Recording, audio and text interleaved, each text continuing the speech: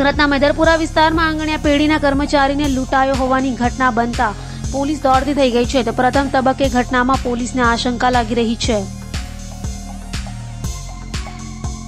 સુરતમાં ફરી લૂંટની ઘટના બની હોવાનું સામે આવ્યું છે. સુરતના મેદરપુરા હીરા બજાર ખાતેથી પસાર થતા આંગણિયા પેઢીના કર્મચારી પાસેથી 88 લાખ રૂપિયા લૂંટાયા હતા.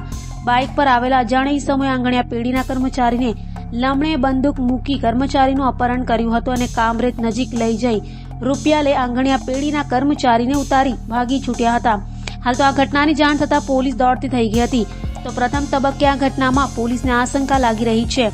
જોકે હાલ પોલીસે લૂંટ મામલે વધુ તપાસ શરૂ કરી દીધી છે અને સીસીટીવી સહિતની તપાસ હાથ ધરાઈ છે.